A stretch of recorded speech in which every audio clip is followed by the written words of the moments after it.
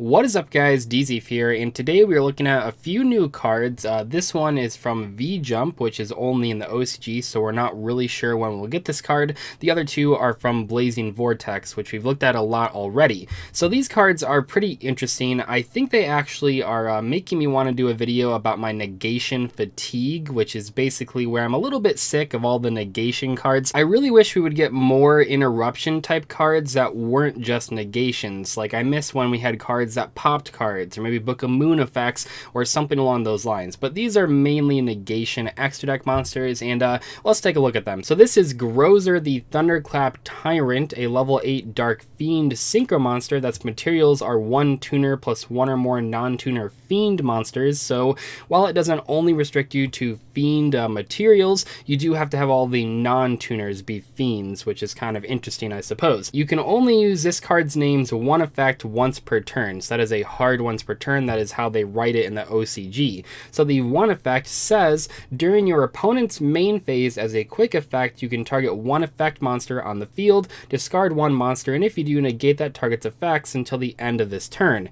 Nothing too crazy here, but it is a negation ability that does trigger your graveyard effects, which could be valuable. The second effect here says, if a Fiend monster is sent from the hand to the graveyard, you can select one of these effects to apply to this card until the end of this turn. It either cannot be destroyed by battle, cannot be destroyed by opponent's card effects, or cannot be targeted by an opponent's card effect. Ideally, in my mind at least, you are using this card going first or second. I think it's pretty good either way. The whole point here is that you're playing this card in a deck that can take advantage of that second ability. So maybe Fableds or Dark Worlds, or I think even Plunders actually work pretty well with this card, I suppose. And in those decks, you're not only furthering your own combos by discarding an effect monster, which should be pretty good if you're trying to trigger those graveyard effects, but also this thing is building itself up as a pretty powerful monster that can't be destroyed by battle or card effects or targeted, which is pretty good. So in a deck like Fabled or Dark Worlds, or maybe even Plunder,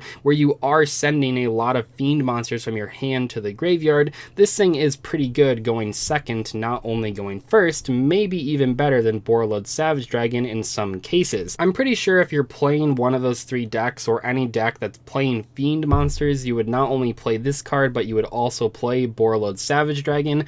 I suppose this card does have the slight advantage of if you don't have any Link monsters in the graveyard, then it actually does do something, where with Borreload Savage Dragon, you do have to have a Link monster in the graveyard for it to be good. Right now, at least though, that's not super hard to accomplish. I think for most players, even decks that I've mentioned already can usually get a Link monster in the graveyard pretty easily before summoning the Savage Dragon, but still it is something to consider later on if more decks stop using Link monsters, and especially like Fabled monsters I know have a lot of synchros. Maybe this is a better option for that type of deck. The next card is Divine Treebeast, and this one is out of Blazing Vortex, and it is a rank 9 monster, Earth Plant, and it says you can only use each of the 1 and 2 effects of this card's name once per turn. So in this case, both effects are hard once per turn. The first effect says when you activate a card or effect during your turn, quick effect, you can target one card of the same type, either monster, spell, or trap, in your graveyard, attach that target to this card as material.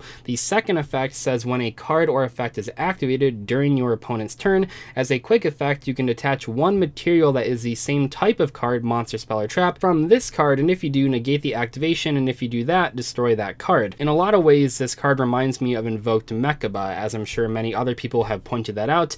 Instead of having to have the type of card in your hand, like with Mechaba, this one only needs it as material, which is pretty easy. I would say usually this thing will have monsters, obviously, plus like a spell. I think the trap negation is pretty unlikely, but I suppose you could do that. Honestly, I feel like most of the decks that are capable of summoning 2 level 9 monsters to then make this thing if they want to, probably are not playing a lot of trap cards, maybe Infinite Impermanence, but other than that, probably not. So this thing is probably going to have a monster negation or a spell negation in most situations. What I do think is kind of weird about this card though is that it is pretty much at this point a much worse true king of all calamities. Yes, it has the potential spell or trap negation, not just monsters, but true king of all calamities is like a really crazy card. I'm sure you guys all are aware of that, and this card compared to that one doesn't seem super great. Now with true king of all calamities, I know a lot of people have been asking for that card to be banned,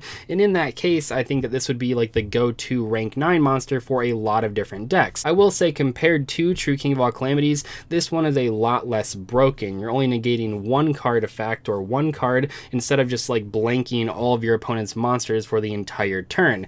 So I'm not sure how much this card will be played if it is released with true king of all calamities still in the format, but maybe if that card ever gets banned, then this one could be a lot more popular. And finally, we have this Fairy Archer, which is a level 6 earth plant monster out of Blazing Vortex once again, and this card's kind of weird. So it says, if this card is special summoned by a plant monster's effect, you can target one level 6 or higher plant monster in your graveyard, not 6 or lower, which is kind of strange. Special summon it in defense position. Also, you cannot special summon monsters for the rest of the turn except plant monsters, and then second, cannot attack during turn it is special summoned. Obviously cards like Lone Fire Blossom or Rose Lover work with this card, as well as a ton of other really strong plant monster effects, but I'm just not really sure what plant type decks are really seeing a lot of play right now, or what decks would be suddenly viable with this one piece of support.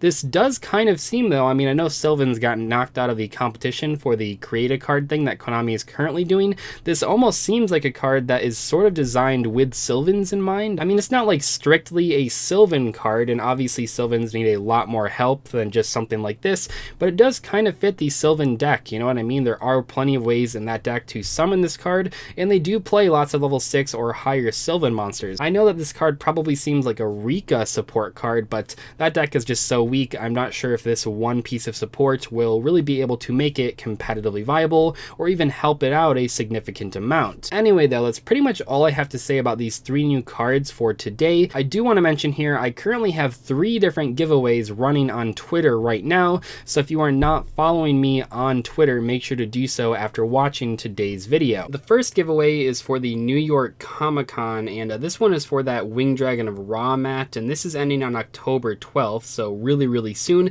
You only have one more day to actually reply to that tweet. The other 2 are for the release of the Zexal World in Yu-Gi-Oh! Duel Links. I have 4 jackets to give away, those are pretty exciting, and then 9 giant coins that are also related to Duel Links. The jacket and coin giveaways don't end until October 16th, so you have a little bit of time to reply to those ones, but if you want to try to win that Wing Dragon of Ra mat, you only have about 24 hours, so make sure to go check those out. Anyway though, thank you guys so much for watching today's video. I'll see you in the next one. Goodbye.